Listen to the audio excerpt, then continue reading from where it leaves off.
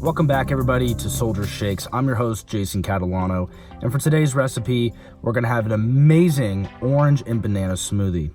So to make this recipe particularly very orange tasting and flavor and consistency, we're leveraging orange juice as well as this orange extract.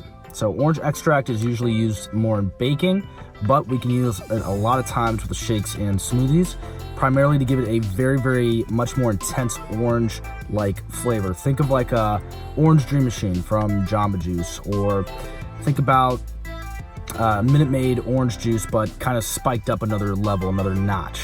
That's what this extract's going to be able to provide in this smoothie. And the second kind of key ingredient for this one is actually this Lucuma Powder. Okay, Lucuma Powder is the most popular ice cream flavor in South America. It's primarily known in Peru.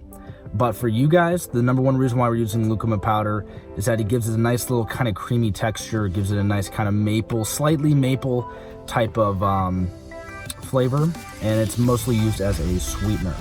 So it's a very low glycemic index, same thing with the agave nectar, so it's very good on your blood sugars versus other sugar alternatives. And so with that, go ahead and enjoy this amazingly orange and banana smoothie. With that, we say giddy up.